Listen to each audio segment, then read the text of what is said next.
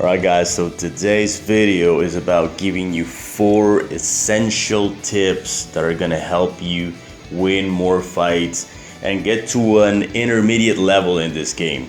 When you learn how to play the fundamentals in a game like Virtua Fighter 5, you can go a very long way at intermediate levels.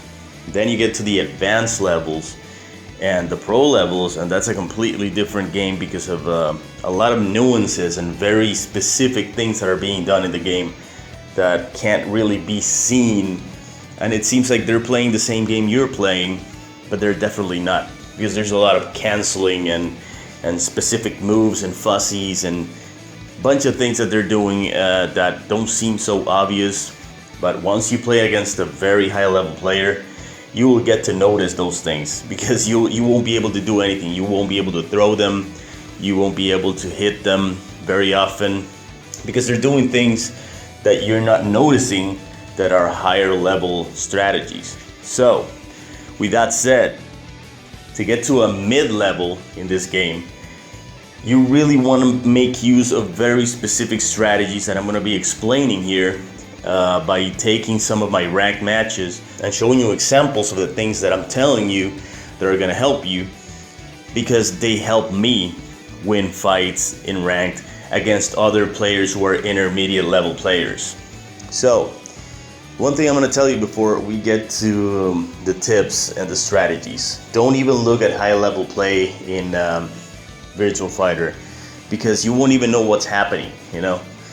In my opinion, you have to become an intermediate level player and understand the basics of how to use your character. With that said, one thing I do recommend is that you lab, you go to training mode and you start to, create scenarios where you're doing the things that I'm going to show you right now, so that they become second nature. What this means is very simple. The poking system in this game is pretty straightforward, in the sense that if someone does a 2P, which is a down jab, one of the moves that most people are spamming in this game at low levels. So let's say someone is trying to spam you. Once you block a single one of their pokes, just block once. All you have to do is block one of their hits, and it's your turn. You no longer have to block anymore. This is very useful and very important if you want to be a mid-level player in this game.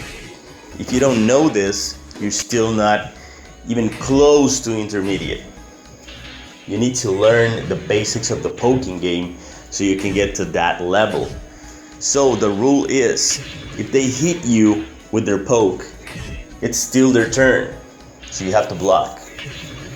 But if you block their poke, it's your turn.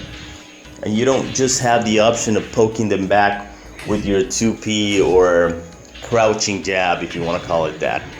You can also use one of your fastest mids. And this is where the whole thing about maintaining pressure comes in. As you can see in the footage that I'm showing you right now, that is looping in this video, because I want you to see what's happening and the reasons why it's so important to understand it. This guy would usually spam jab at least twice in the fight.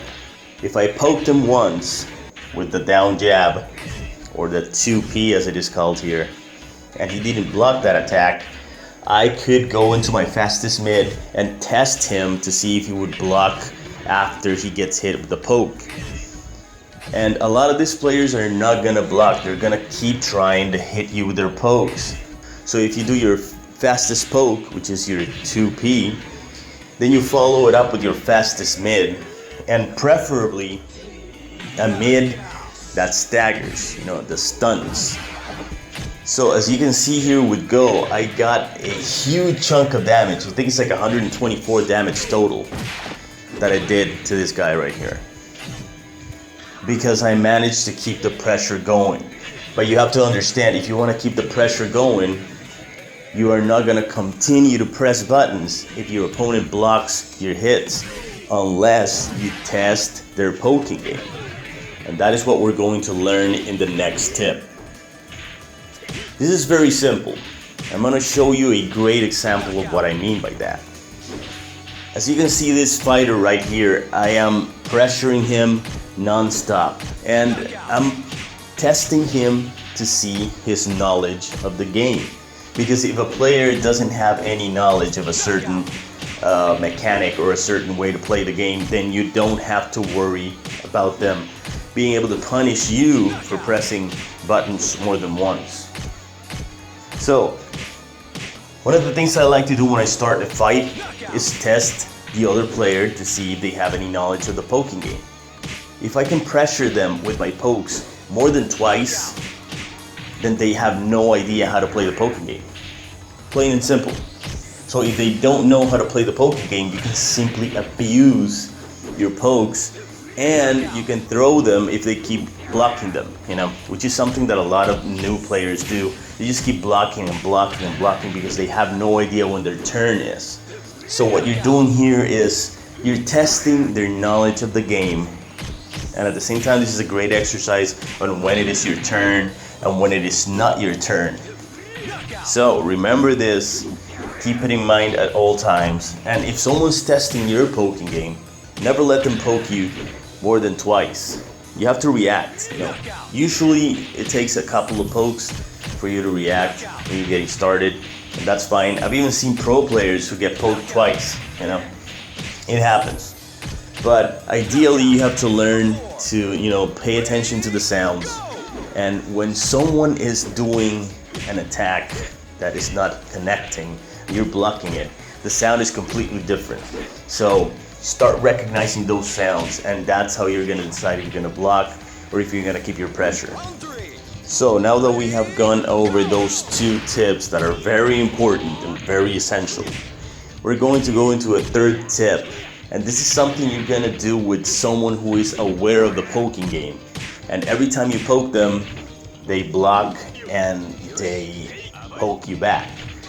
Because if both of you know how to play the game at a decent level, let's say intermediate level, then you are both aware of the poking game. So you're gonna poke your opponent, and then you're gonna block because you know that they know how to play the poking game. And it's a back and forth of pokes, and it can become pretty frustrating because you don't know when one of you is gonna mess up and you're going to get hit.